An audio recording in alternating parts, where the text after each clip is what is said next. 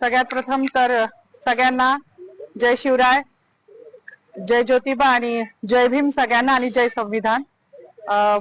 काय बोलावं मला काही समजत नाहीये, पण आज संविधान दिवस आहे हे सगळ्यांना माहिती आहे.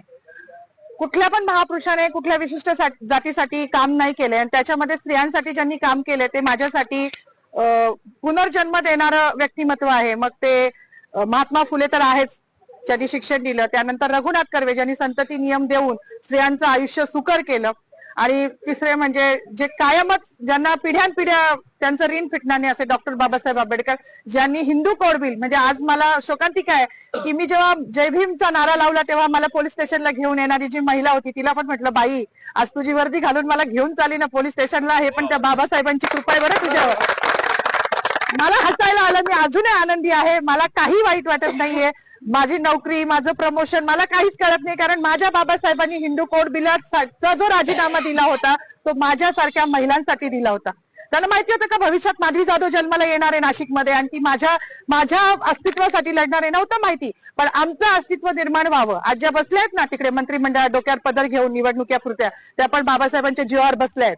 नाही तर विशिष्ट जातीने तेच काम करायचं असं लिहून ठेवलं होतं. चूल आणि मूल याच्या पलीकडे ह्यांच्या संविधानानुसार कुठला वाव स्त्रीला नव्हता. आणि ज्या संविधानाने आज मला ही ताकद दिली आहे त्या बाबाला जेव्हा हे संपवायला जात आहे तेव्हा त्यांची ही लेख तेवढ्याच निडरतेने उभी राहिली आणि ह्याचा मला खूप अभिमान आहे.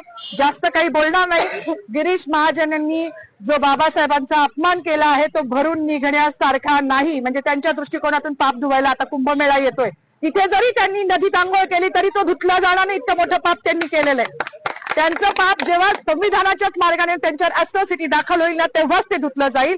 एवढीच माझी मागणी की त्यांच्यावर ॲट्रॉसिटी दाखल करावी, अन्यथा ह्याच ठिकाणी मी उपोषण चालू करणार आहे. केलंच आहे असं समजा, जोपर्यंत त्यांच्यावर ॲट्रॉसिटी दाखल होत नाही. बाकी मला काही म्हणायचं नाही. पुन्हा एकदा जय भीम. डॉक्टर बाबासाहेब आंबेडकरांचा, डॉक्टर बाबासाहेब आंबेडकरांचा,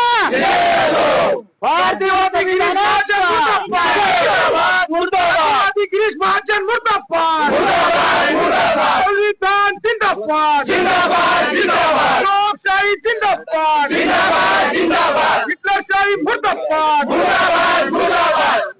आज संविधान दिन आहे, 26 जानेवारी.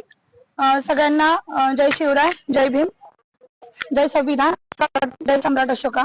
माझं म्हणणं एकच होतं की आज 26 जानेवारी 1949 रोजी संविधान लागू झालं होतं. तर आज जो काही आपण हा दिवस साजरा करतो आहे प्रजासत्ताक